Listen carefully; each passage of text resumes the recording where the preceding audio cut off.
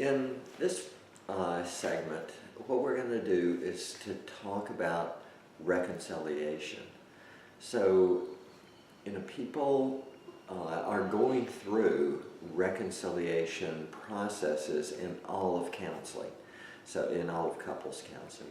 So, a lot of the things that we do are aimed at reconciliation, but I want to just kind of give you a mental framework for how to think about reconciliation, and that way, as you're helping people deal with conflicts, as you're training them in intimacy and in communication and things like that, you know that you're trying to contribute to them reconciling. So you'll recall from earlier, we defined reconciliation as restoring trust in a relationship where trust has been damaged. We talked about how important trust is in a relationship, and that both people need to be trustworthy in order to really reconcile. Forgiveness happens within that process of reconciliation. Technically, of course, people can forgive and not reconcile. And they can also reconcile and not forgive. But I'm going to give you this mental framework, and this framework just is going to take you through a number of steps. We call this free forgiveness and reconciliation through experiencing empathy. But here is kind of the steps. One of those, the first one, is to decide what kind of reconciliation is going to happen and when people are going to work on this. So if you are having a counseling session about reconciliation with a couple, and they decide to work on this from 1 to 2 when they're both exhausted, 1 a.m. to 2 a.m. when they're both exhausted, probably they're not going to make that good a progress.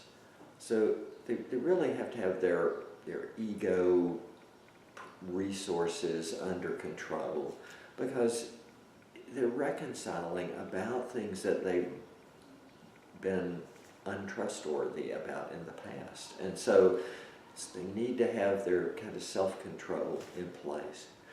So they decide that they're going to reconcile, and they just set a time for when they're going to work on this.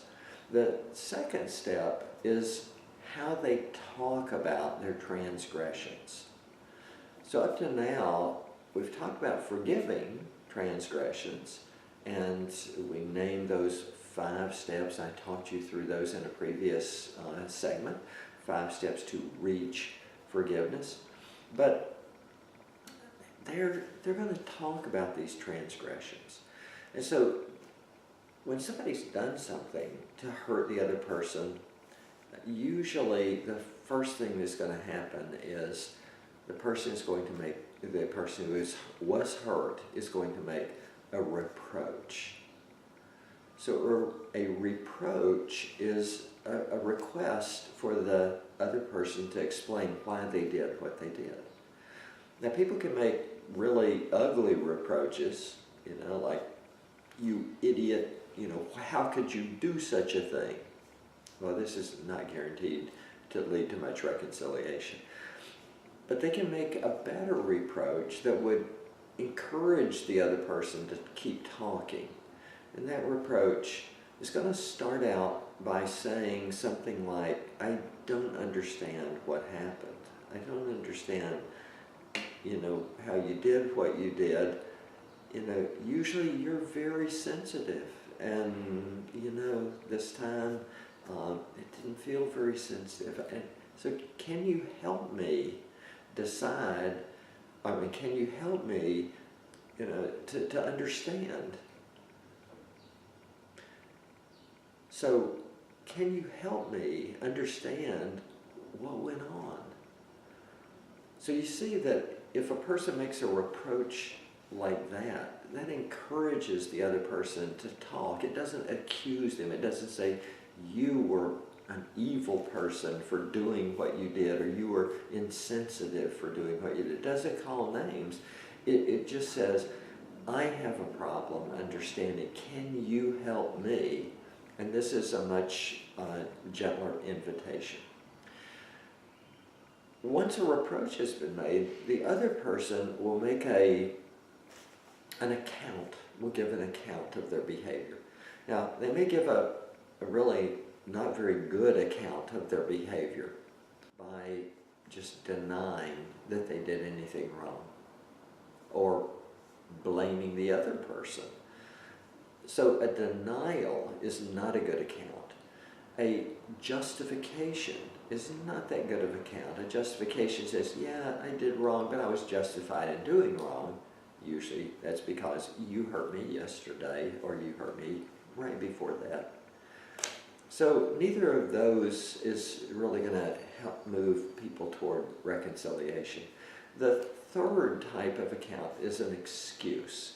Now, if I say I'm making an excuse, that sounds terrible. We don't want to make excuses, but giving an excuse is technically to let the other person know about what kind of extenuating circumstances there might have been. With excuses, timing is everything. So don't make excuses up front. So a good account won't make an excuse at the beginning, because immediately when you say, yeah, I did that, but there were reasons why, the person's not going to listen to you. So the good type of account is usually a concession or a confession. So a confession, a good confession, can be captured by another acrostic that is confess, C-O-N-F-E-S-S. This is step by step. So C, confess, but don't make an excuse. I did wrong. O, offer an apology. I am really sorry. I am so sorry. What's important is that you get across that you are really regretful. You really, feel bad about this. So C, O, N, note the other person's pain. Oh, I see that I hurt you very much. I see that you expected me to remember our anniversary, and that really made you feel bad that I forgot. C-O-N-F, forever value the person, valuing, building the other person up instead of putting them down. This is incredibly important in making a good confession.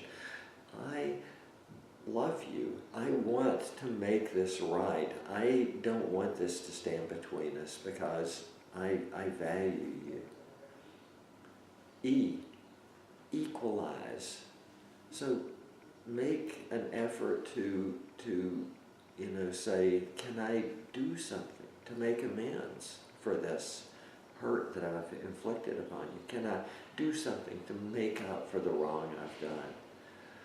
S, say, I'm going to try never again. Say never again. I'm going to try never to forget our anniversary again. And then the last S is seek forgiveness. Can you forgive me? At that point, it might be useful to see if they're interested in the excuse, the reasons that you did what you did.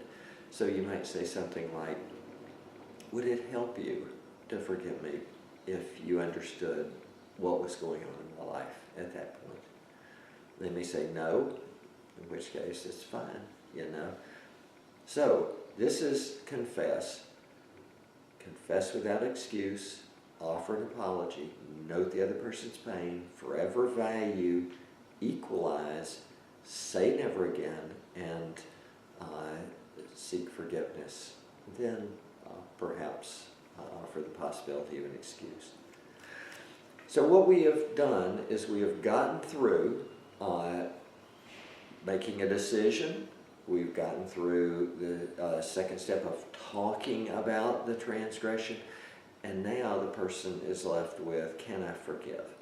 Remember the reach forgiveness model. Recall the hurt. Empathize so that you can emotionally replace the negative with the positive. Altruistic gift of forgiveness. Commit to the forgiveness you experience so that you can hold on when you doubt. So the person tries to forgive and may convey that forgiveness to the person. So in the next steps, then what we want to do is to try to change the relationship back that may have degenerated because of a bunch of hurts. We might want to try to just help them move back up the cascade that they've kind of tumbled down as they dealt with these hurts. So then you have to figure out how you're going to deal with failures in the relationship. When the person says, well, I'm going to try to be sensitive, but you're not very sensitive on a particular day, is that going to end it? Or are you going to give them some kind of attitude of latitude? You're going to give them a little grace, a little mercy. And you're going to be looking for, are they really trying? And when you notice that they're really trying to do better, you're going to be grateful for that. The very last step in this free model is to build positive back into the relationship. So everything to now has been about repairing damage that's done. So we want to, try to do more things that are positive, try to do more things that build the other person up and make it back into a more positive relationship. This is the free model toward reconciliation. And as I started out telling you, a lot of the things you're doing, like conflict resolution and communication training, you can see now where they're fitting into helping the partners reconcile.